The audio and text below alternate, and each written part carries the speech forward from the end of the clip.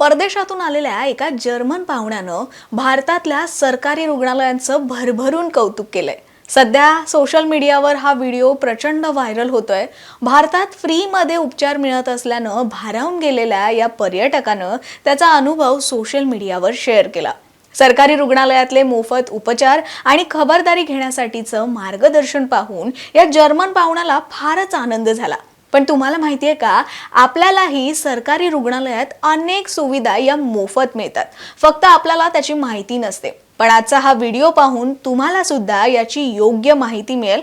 तसंच या व्हिडिओतल्या माहितीमुळे तुमचे पैसे आणि वेळ या दोन्ही गोष्टी वाचणार आहेत। फक्त व्हिडिओ शेवटपर्यंत पहा। नमस्कार, मी मानसी देवकर आणि तुम्ही पाहताय महाराष्ट्र टाइम्स ऑनलाइन। बरेच परदेशी नागरिक आपल्याकडे भारतात येऊन उपचार घेत असतात।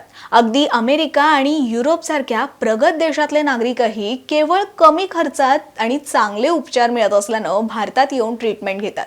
पण यापेक्षाही भारी सरकारी रुग्णालयात मिळणाऱ्या मोफत उपचारांची परदेशी नागरिकांना कमाल वाटते। आता तुम्हाला प्रश्न पडला असेलच की सरकारी रुग्णालयात खरंच फ्रीमध्ये उपचार मिळतात का? तसंच पुढे असाही प्रश्न पडलेला असेल की जर फ्री उपचार मिळतायत तर कोणत्या सुविधा या फ्री आहेत आणि सगळ्यात महत्त्वाचं, मोफत उपचार घेण्यासाठी काय करावं लागतं? तर हेच सगळं आज आपण या व्हिडिओमध्ये अगदी सोप्या भाषेत समजून घेणार आहोत। पण विषयाला सुरुवात करण्याआधी एक आठवण करून देते, जर तुम्ही अजूनही महाराष्ट्र टाइम्स ऑनलाइनच्या यूट्यूब चॅनलला सबस्क्राइब केलं नसेल तर ते करा। तसंच फेसबुक पेजलाही लाईक आणि फॉलो केलं नसेल तर तेही करून टाका।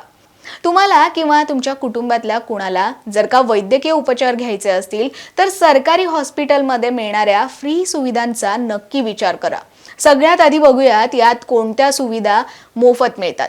मित्रांनो, तसं तर भारतातल्या बहुतेक सरकारी हॉस्पिटल्समध्ये अनेक प्रकारच्या सुविधा या मोफत किंवा अत्यंत कमी पैशात मिळू शकतात। त्यातली पहिली गोष्ट म्हणजे ओपीडी। ॲडमिट न होता डॉक्टरांकडून तपासणी आणि उपचार मिळतात, तेही फ्री किंवा कमीत कमी खर्चात। साधारणपणे फक्त 10 ते 20 रुपये इतकाच याला खर्च येतो। ओपीडी मध्ये तुम्हाला डॉक्टरांची तपासणी आणि सल्ला तसंच साध्या आजारांवर मोफत किंवा मग खूप कमी शुल्कात उपचार मिळतात। बहुतेक सरकारी रुग्णालयांमध्ये सर्वसामान्यांसाठी अशी ओपीडी सेवा उपलब्ध असते आणि खूप कमी खर्चात किंवा मोफतही मिळते। त्यामुळे छोट्या आजारांसाठी ही सुविधा खूप उपयोगी आहे। हो, पण काही विशेष टेस्ट किंवा प्रायव्हेट वॉर्डसाठी मात्र पैसे लागू शकतात, हेही लक्षात ठेवा। दुसरा फायदा आहे आयपीडीचा। आयपीडी म्हणजे जेव्हा पेशंटला हॉस्पिटलमध्ये ॲडमिट करून उपचार केले जातात तेव्हाही तुम्हाला काही सुविधा मिळतात। म्हणजेच आजार जर का गंभीर असेल किंवा सतत देखरेखीची गरज असेल तर रुग्णाला काही दिवस हॉस्पिटलमध्ये ठेवून उपचार केले जातात आणि यामध्ये तुम्हाला बेड, नर्सिंग सर्व्हिस आणि काही बेसिक उपचार आणि औषधं सुद्धा दिली जातात। विशेषतः गरीब रुग्णांसाठी अशी सुविधा अनेकदा मोफत असते। तिसरी मिळणारी सुविधा म्हणजे टेस्ट। बेसिक चाचण्या जसे की रक्त तपासणी, एक्स-रे, सोनोग्राफी वगैरे चाचण्या फ्री नाही तर खूप कमी खर्चात उपलब्ध होतात। तर काही ठिकाणी तर सीटी स्कॅन किंवा MRI करण्यावर सुद्धा सवलत मिळते। चौथी मिळणारी सुविधा सांगते ते म्हणजे औषधं।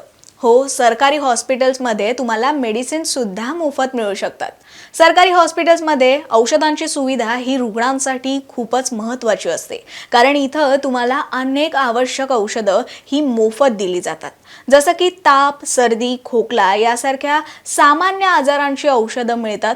डॉक्टरांनी लिहून दिलं तर अँटीबायोटिक्स आणि BP किंवा डायबिटीजसाठी सुद्धा काही नियमित औषधं दिली जातात आणि पेनकिलर सुद्धा दिलं जातं।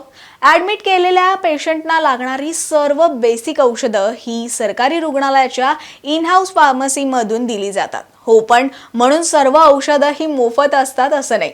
काही वेळा महागडी किंवा मग स्पेशल औषधं ही स्टॉकमध्ये नसतात, पण अशा वेळेस ब्रँडेड औषधांऐवजी जेनेरिक औषधं दिली जातात किंवा काही वेळा ती तुम्हाला बाहेरून सुद्धा घ्यावी लागू शकतात। अशा प्रकारे तुमचा औषधांचा खर्च सुद्धा या सरकारी हॉस्पिटल्समुळे मोठ्या प्रमाणात वाचू शकतो। यासोबतच कधी-कधी ॲडमिट केल्यावर बेड आणि बेसिक ट्रीटमेंट अनेक ठिकाणी या मोफत दिल्या जातात। आता पाचवी सुविधा म्हणजे लसीकरण किंवा वॅक्सिनेशन।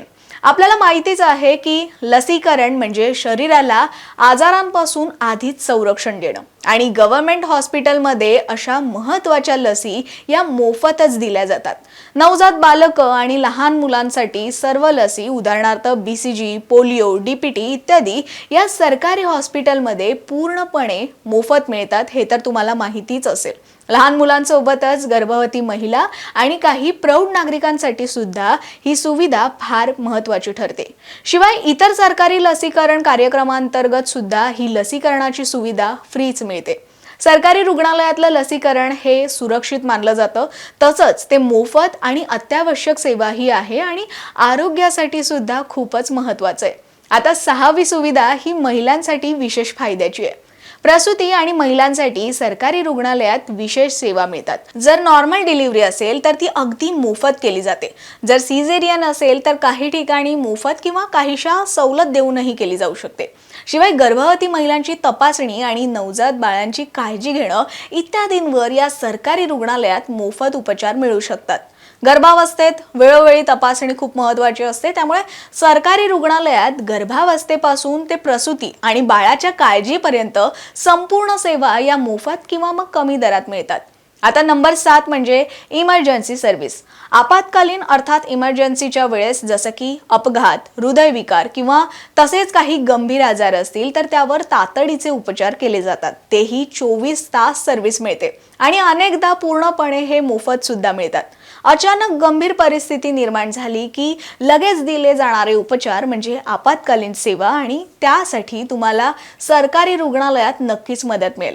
आता 8वी सुविधा सुद्धा तुम्हाला फायदा देणारीच आहे. सर्वसामान्यांना दिलासा देणारी ही सुविधा म्हणजेच सरकारी आरोग्य योजना.